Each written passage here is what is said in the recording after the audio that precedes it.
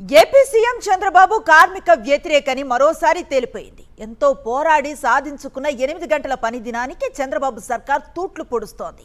ఇప్పటి వరకు ఉన్న 8 గంటల పని దినం స్థానంలో 10 గంటల పని దినం తీసుకొని రానుంది. కేబినెట్ నిర్ణయంపై కార్మిక సంఘాలు, వామపక్ష పార్టీల నేతలు మండిపడుతున్నారు. కేంద్ర ప్రభుత్వం తీసుకొస్తున్న 4 లేబర్ కోడ్లను రద్దు చేయాలనే డిమాండ్తో కార్మికులు దేశవ్యాప్తంగా ఆందోళన బాట పడుతున్న తరుణంలో ఏపీ ప్రభుత్వం కార్మికులపై ముప్పేట దాడి చేస్తోంది. స్పీడ్ ఆఫ్ డూయింగ్ బిజినెస్ పేరిట కార్పొరేటర్లకు రెడ్ కార్పెట్ పరుస్తూ కార్మికులు ఏళ్ల తరబడి పోరాడి సాధించుకున్న హక్కులను ఒక్కసారిగా కాలరాసింది. తెలుగుదేశం పార్టీకి అధికారం కట్టబెట్టి ఏడాది పూర్తయింది. తొలి ఏడాది పూర్తయిన రోజునే రాష్ట్రంలో కార్మికులను మరింతగా పీల్చి పిప్పి చేసే నిర్ణయాలను రాష్ట్ర మంత్రివర్గం తీసుకుంది. బుధవారం సీఎం చంద్రబాబు అధ్యక్షతన జరిగిన కేబినెట్ సమావేశంలో కార్మికుల పని గంటలను పెంచుతూ తీర్మానం చేశారు. 8 గంటల పని దినం ఆచరణలో ఎప్పుడో 9 గంటలకు చేరుకుంది. తాజాగా దాన్ని 10 గంటలకు పెంచుతూ నిర్ణయం తీసుకున్నారు.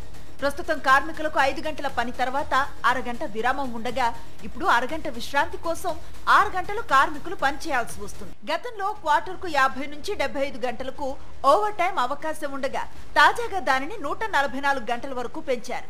వాస్తవానికి ఓవర్ టైం అన్నది కార్మికుల ఇష్ట ప్రకారం చేయాల్సిన అదనపు పని. ఆచరణలో అదెప్పుడో యాజమాన్యాల ఇష్టంగా కార్మికుల పాలిట నిర్బంధంగా మారిపోయింది. తాజా నిర్ణయంతో ఓవర్ టైం భారం కార్మికులపై మరింత పెరగనుంది. మహిళా కార్మికులకు కూడా నైట్ షిఫ్టుల భారాన్ని తప్పనిసరి చేస్తూ రాష్ట్ర మంత్రివర్గం నిర్ణయించింది. మహిళల చేత నైట్ డ్యూటీ చేయించడానికి వీలుగా సీసీ కెమెరాలు, లైట్లు, సెక్యూరిటీ వంటి సౌకర్యాలను కల్పించాలని మంత్రివర్గం కార్పొరేట్లకు సూచించింది. అయితే పిల్లలుండే మహిళలకు ఎటువంటి ఏర్పాట్లు చేస్తారన్నది చెప్పలేదు. రాత్రి వేళల్లో పని మహిళలకు తప్పనిసరా లేక వారి ఇష్ట ప్రకారం అనుమతిస్తారా అన్న విషయంలో కూడా ఎటువంటి స్పష్టతను ఇవ్వలేదు.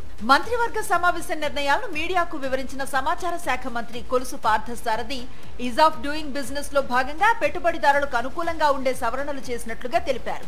పారిశ్రామిక రంగంలో లింగ వివక్ష లేకుండా చేయడం కోసం సాధికారతలో భాగంగా మహిళలకు నైట్ డ్యూటీ నిర్ణయాన్ని తీసుకున్నట్లుగా చెప్పారు. రాష్ట్ర కేబినెట్ తీసుకున్న నిర్ణయంపై కార్మిక సంఘాలు, వామపక్ష పార్టీలు మండిపడుతున్నాయి. కార్మికుల హక్కులను కాపాడుకోవటం కోసం దేశవ్యాప్తంగా జూన్ 9న సమ్మె చేపడుతున్న నేపథ్యంలో రాష్ట్ర ప్రభుత్వ నిర్ణయం తీవ్ర ఆందోళనకు గురిచేస్తోందని, తక్షణం ఈ నిర్ణయాన్ని వెనక్కి తీసుకోవాలని ట్రేడ్ యూనియన్ నాయకులు డిమాండ్ చేస్తున్నారు. ప్రభుత్వ నిర్ణయం దుర్మార్గమని, తక్షణం కేబినెట్ నిర్ణయాన్ని వెనక్కి తీసుకోవాలంటూ సిపిఎం ఇప్పటికే ముఖ్యమంత్రి చంద్రబాబుకు లేఖ రాసింది.